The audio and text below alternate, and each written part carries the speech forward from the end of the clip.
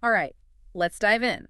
Today, we're exploring quantum consciousness. Sounds pretty deep. It is, right? And it's all based on this book, Quantum Consciousness, The Guide to Experiencing Quantum Psychology by Stephen Wolinsky. Oh yeah, Wolinsky.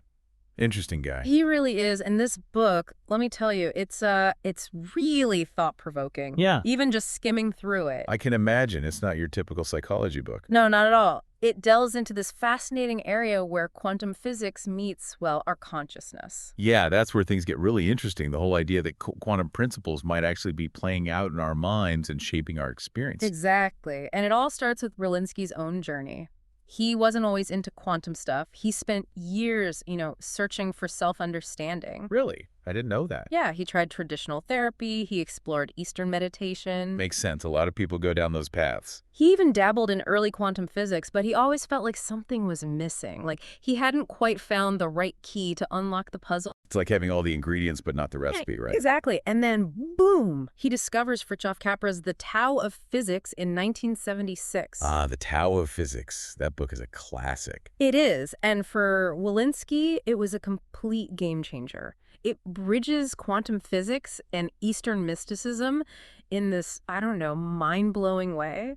And that's what sparked his whole journey into quantum psychology. That's so interesting how one book can have such a profound impact, completely shifting someone's direction. Right. It's those moments of insight, those aha moments that can redefine our entire understanding of the world. So now we have quantum psychology, this whole field that's essentially saying the principles that govern the quantum world might also be governing our inner world. Exactly. So what are some of those core principles? Like, what are the foundational ideas that underpin this whole field? Well, one of the most fundamental, and this can sound familiar if you've dipped your toes into Eastern philosophy, is interconnectedness. Interconnectedness. Okay, so you're saying we're not these isolated islands, we're all part of something bigger. Exactly. Quantum psychology throws out this whole notion that we're these separate, independent beings and says, nope, we're all part of this larger web. Like everything is entangled, connected at some fundamental level. Like particles at the subatomic level, yeah. Okay, I can see how that might resonate with people who are into spirituality or Eastern philosophies. But how does this interconnectedness thing play out in our actual lives? Is it just a nice philosophical idea, or does it have practical implications? Think of it like this. Imagine you drop a pebble into a pond. Okay, I'm picturing it. What happens? Ripples spread out from where the pebble landed. Right. And those ripples, they affect the entire surface of the water. In a similar way, quantum psychology says our thoughts, feelings, even our actions, they create these ripple effects that impact the whole web of existence. Whoa, so even the tiniest, seemingly insignificant thing we do could have far-reaching consequences. Yeah, it's a big shift from the individualistic perspective, right? Yeah. It makes you think twice about personal responsibility.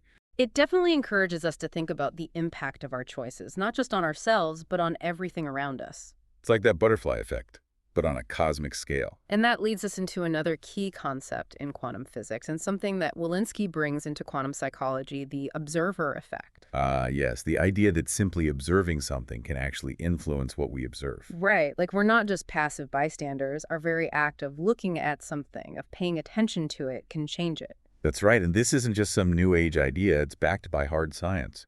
Heisenberg's uncertainty principle, that cornerstone of quantum mechanics, supports that very idea. Okay, refresh my memory. What's the uncertainty principle again? Well, in a nutshell, it says that at the subatomic level, you can never know both the position and momentum of a particle with absolute certainty. The very act of measuring one inevitably affects the other. So, by trying to pinpoint where something is, we change how fast it's moving. That's the gist of it.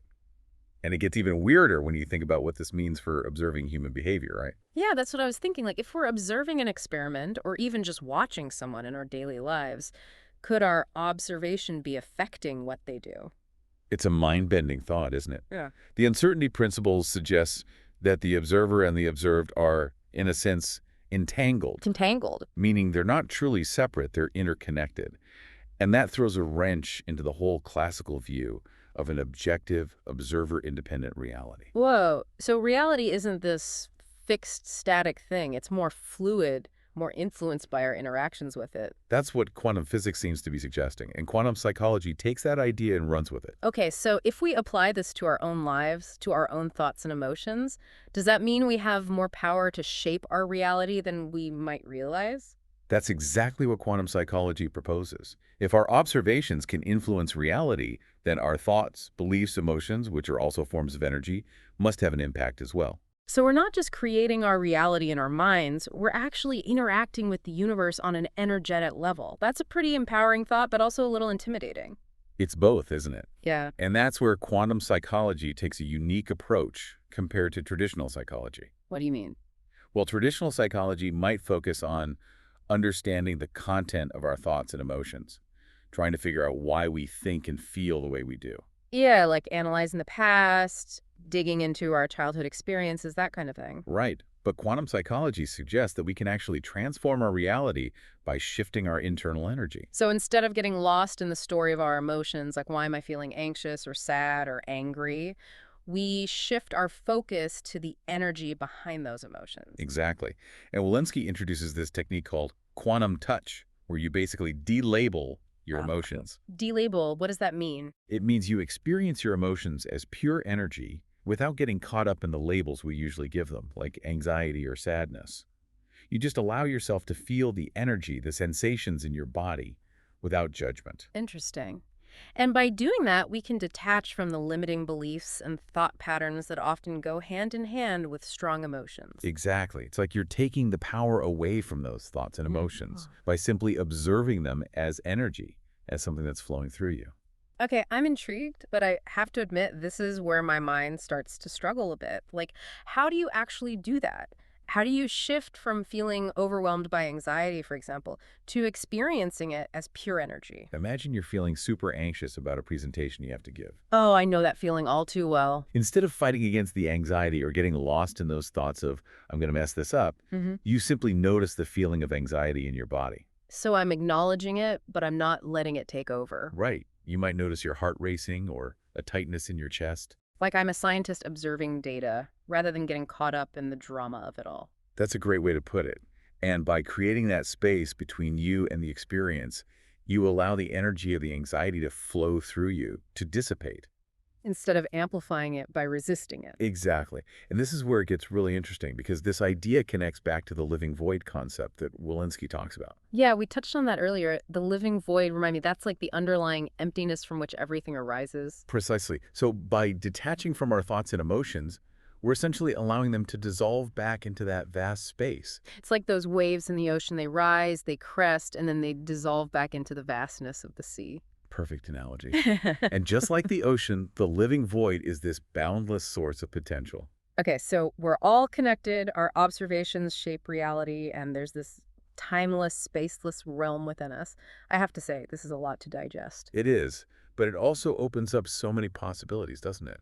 It definitely challenges our everyday understanding of who we are and what's possible. So we talked about zero point, that source of all energy and potential. But then Wolinsky brings in this idea of the living void. Are they the same thing? They're related, but not quite the same. Think of 0 point as the ultimate source, like the pure potentiality from which everything emerges. And the living void is more like the canvas, the space where that potentiality takes form. So 0 point is like the paint, and the living void is the canvas. Exactly. It's where thoughts, emotions, even our physical bodies arise and eventually dissolve back into it. So even our deepest fears, our most limiting beliefs, those are all just temporary formations in this vast emptiness. That's actually kind of comforting. It is, isn't it? Because it suggests that nothing is truly fixed or permanent. Even our most challenging experiences, our most painful emotions, they're all temporary expressions of energy that will eventually dissolve back into the living void. This is really starting to shift my perspective on how I view those difficult moments in life. Instead of feeling trapped by them, I can see them as temporary waves passing through this vast ocean of being. Exactly. And that leads us to another key concept in quantum psychology, this idea of transformation through perception. So we can actually change our reality by changing how we perceive it. That sounds pretty powerful. It is, and we'll dive deeper into that and more in the next part of our deep dive. All right, sounds good. We'll take a quick break and be right back to explore how we can actually apply these mind-bending concepts to create real transformation in our lives. Looking forward to it. All right, so we're back, and we were talking about transformation through perception, this idea that we can change our reality by changing how we see it.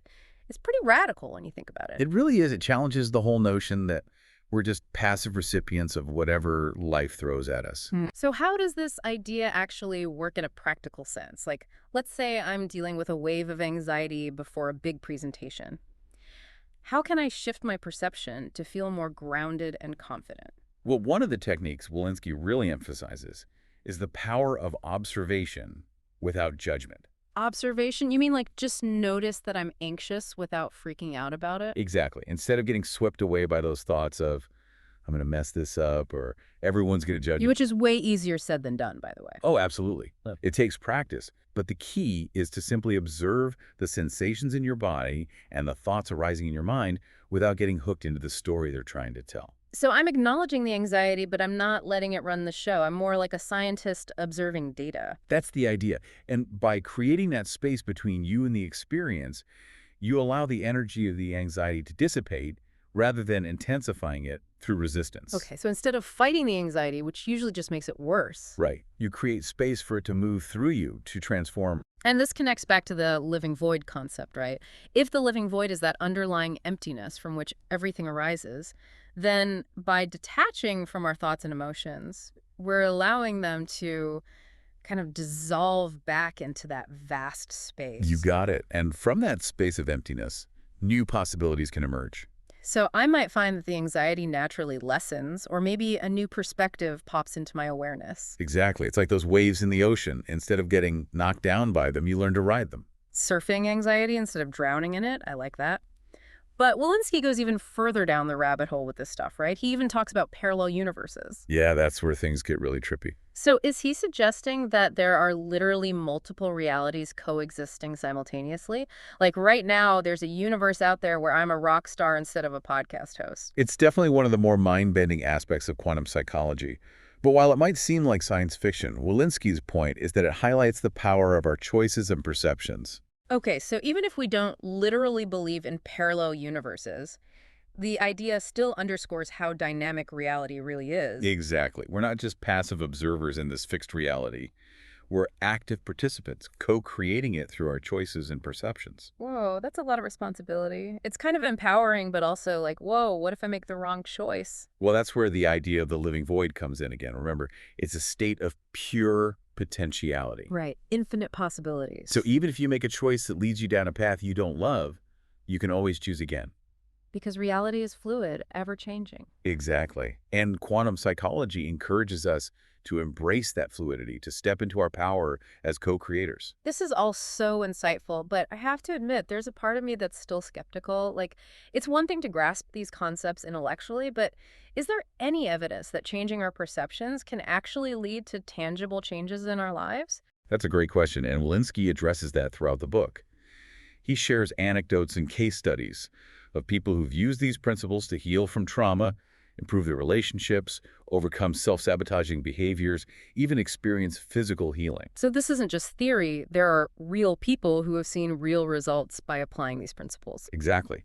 And one of the key areas where quantum psychology can be incredibly effective is in helping us release deeply ingrained limiting beliefs. Those beliefs that we often don't even realize are running the show in the background, shaping our perceptions and holding us back. Precisely. So part of what Wolinsky calls quantum enlightenment is about bringing those beliefs into conscious awareness and then using specific techniques to transform them. Quantum enlightenment. That sounds pretty lofty. What does that actually mean? It's not about reaching some mystical state of perfection or anything like that. It's more about a gradual shift in awareness, a deepening connection to the living void, and a growing ability to observe our thoughts and emotions without getting swept away by them. So it's a process, a journey, not a destination. Exactly. And as we practice these principles, we become more conscious creators of our reality, more aligned with our true potential. Okay, so how do we actually do that? How do we shift those deeply held beliefs that can feel so ingrained, so real? Wolinsky offers a variety of techniques, but one that I find particularly helpful is visualization. Visualization, like picturing something in my mind. Exactly. One exercise he suggests is to visualize a limiting belief as a bubble floating in the living void. Those bubbles again, I'm starting to see a theme here. It's a powerful metaphor, right?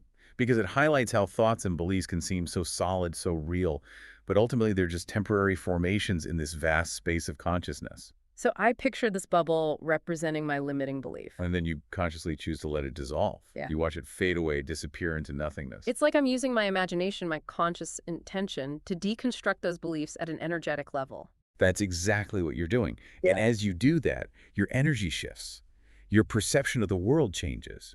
You might start to see new opportunities, feel more confident, or attract different kinds of experiences into your life. It's like we're literally rewriting the script of our reality, not just mentally, but energetically. Precisely. And that's the power of quantum psychology. Mhm. It reminds us that we're not passive victims of circumstance, but active creators of our reality. And the more we align our thoughts, beliefs, and actions with that creative power, The more we can shape a reality that truly reflects our deepest desires and highest potential. wow, that's inspiring. I feel like this whole deep dive has been like a mental and emotional workout. It's definitely challenged us to think outside the box of conventional psychology. Okay, so as we wrap up this part of our deep dive, what's next on our exploration of quantum consciousness? What other mind-bending concepts await us? In our final segment, we're going to get even more practical. We'll dive into some of the specific exercises and techniques that Wolinsky offers to help us experience these principles firsthand and integrate them into our daily lives. All right, I'm ready to put this all into practice. I'm excited to see what other tools we can discover to navigate life with more awareness, intention, and maybe even a little quantum magic. Me too. It's going to be fascinating to see how these principles can help us create real, lasting transformation. Welcome back. It's been quite a journey exploring this idea of quantum consciousness. We've covered a lot of ground, huh? We have from interconnectedness to the living void and even those parallel universes. Yeah, parallel universes. I still can't wrap my head around that one completely. But for this last part, I'd love to get practical. How can we actually use these concepts to make real changes, in our everyday lives? Well, Wolinsky's big point is that quantum psychology, it's not just about understanding the ideas, right? Yeah. It's about really experiencing them, bringing them into your life. He calls it quantum enlightenment, which sounds pretty intense. Oh, it's not about like levitating or The anything. mystical power. No, no. All It's right. more about shifting your awareness, connecting deeper to that living void we talked about. The canvas of reality, right. Mhm. So how do we connect with it? Do we need to meditate for hours on end? Meditation can help, but Wolinsky says it's more about changing how you see things. It's realizing that our thoughts and emotions, they're not these solid things. They're just temporary, formations in this huge space of potential. So we're not getting caught up in every thought that pops into our heads. We see them kind of like fleeting waves instead of solid ground. That's a great way to put it. And when we practice that, things become a little easier. We're not so attached to the stories our minds make up. Less drama, huh? Exactly, less drama. We can just observe those thoughts and feelings without getting totally swept away. It's like we're learning to surf those mental waves instead of getting knocked over by them. That's it. And the best part is, this shift in perspective, this quantum enlightenment, it's not some far-off goal. It's something we can tap into right now. Right here, right now. It's a way of being, a way of seeing the world. And the more you practice, the more natural it becomes. Okay, that makes sense. But some folks might be wondering, how does this translate into actual benefits? Does Wolinsky give any examples of how this leads to real change? Oh, he does. Throughout the book, he talks about people who've used these principles to, well, all sorts of things. Like what? Healing from trauma, for one. Overcoming those limiting beliefs that hold us back.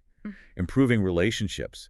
Even seeing positive changes in their health. So it's not just theoretical, it's actually helping people in real life. That's right. And one of the biggest things quantum psychology can do is help us let go of those deep-seated limiting beliefs. The ones we don't even realize are running the show, right? Exactly. So part of quantum enlightenment is about bringing those beliefs to the surface, becoming aware of them. Okay, so let's say we've identified a limiting belief. How do we change it? That seems pretty tough. Wolinsky has a bunch of techniques. Visualization is a powerful one. Visualization. Yeah, like using your imagination. He suggests picturing the belief as a bubble, floating in that living void. Bubbles again. It's funny how those bubbles keep coming up. It's a great metaphor, right? Yeah. It shows how our thoughts, they can seem so solid, so real. Uh-huh. But in the end, they're just temporary things in this vast space of consciousness. So you imagine your limiting belief as a bubble, Okay, got it. and then you choose to let it go. You watch it dissolve, fade away into nothing. So I'm using my imagination to actually deconstruct the belief. Kind of like breaking it down at an energetic level. That's the idea. And as you do that, your energy shifts, you know? Yeah. Your perception of the world starts to change. Things start to open up. You see new opportunities, feel more confident, different experiences come into your life. Wow. It really is like rewriting the script, isn't it? That's exactly it. Quantum psychology, it reminds us we're not just victims of our circumstances, but creators. Creators of our own reality. Exactly. And the more we align our thoughts, beliefs, actions with that creative power, the more we can shape a life we truly desire. Man, this has been incredible. I feel like I've learned so much about myself, about reality. Thank you for sharing all this. My pleasure. It's exciting stuff, isn't it? It is. And for everyone listening, I encourage you to explore quantum psychology for yourselves. Experiment. See what resonates. Even small shifts in how you see things can make a huge difference. It's about finding what works for you. Exactly. And remember, quantum enlightenment, it's not a finish line. It's a journey of self-discovery. Well said. Thanks for joining us on this deep dive. Thanks for listening, everyone. Keep exploring, keep questioning, and keep creating the reality you want.